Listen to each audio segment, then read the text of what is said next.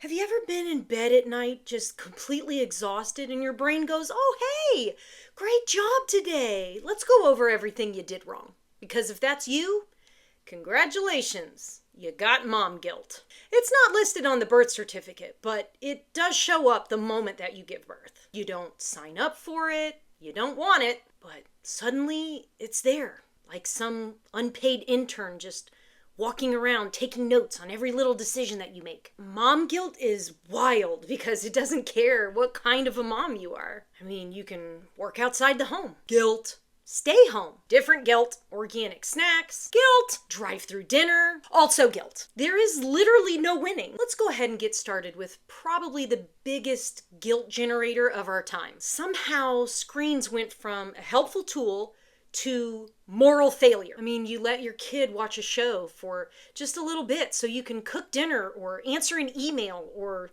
feel like a human being. And then immediately you're wondering if you've ruined their attention span forever. Never mind that screens helped us survive the pandemic, or that every generation of parent has had something that they've panicked over. But now we're expected to perfectly balance educational content, time limits, outdoor play, creativity, imagination, while also doing piles of laundry and working, feeding everybody, and somehow never forgetting picture day. And if you slip, cue the guilt. And then there's working moms. If you work outside the home, you feel guilty for missing moments. And if you stay home, you feel guilty for not financially contributing. Working moms are told to be present.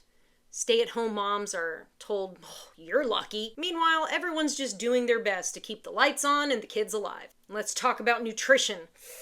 Wow. We're expected to magically whip up balanced, colorful, organic, sugar-free meals that our kids are actually going to eat, while grocery prices are doing whatever this is. You serve vegetables. They don't eat them. Guilt. You serve chicken nuggets. Guilt. You try a new recipe and they refuse it. Guilt. And tears. We personally are held responsible for children's eating habits and food preferences and vitamin deficiencies, while also being expected to never stress about food. Make it make sense. And then there's self-care guilt, which is the most confusing guilt of all. I mean, we're constantly told, "Oh, well, you can't pour from an empty cup." But the moment that we try to refill the cup, guilt. You take time for yourself, guilt. You spend money on yourself, guilt. Rest instead of being productive, major guilt. It's like we're encouraged to practice self-care, but only if it doesn't inconvenience anyone else, or cost too much, or take up too much time. So basically, not really self-care. And underneath all of that guilt is this constant little whisper. You should be doing more. More patience, more involvement, more enrichment, more effort. But here's the thing that no one tells you. Guilt is not proof that you're doing a bad job. It's proof that you care. And caring doesn't make you weak. It makes you invested. The problem comes when guilt stops being a signal and starts to become a sentence. When it convinces you that anything less than perfect is failure. Because perfection has never been the goal here. Being a perfect mom is not the same as being a great mom.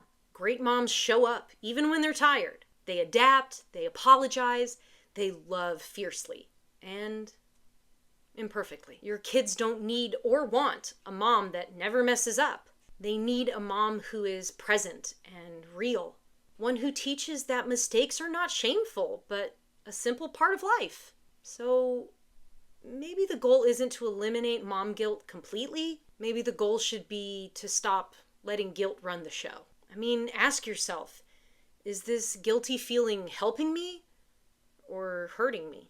Because guilt that leads to reflection can be useful, but guilt that leads to nothing but shame, I mean, that has no place in motherhood. So if you need permission today to rest, to let something go, to choose good enough over perfection, here it is. You're not selfish because you use screens or work or stay in the home. And you're not a bad mom because you take care of yourself. I mean, we're raising humans in a complicated world with limited energy and a whole lot of love. And that's more than enough. So take a deep breath.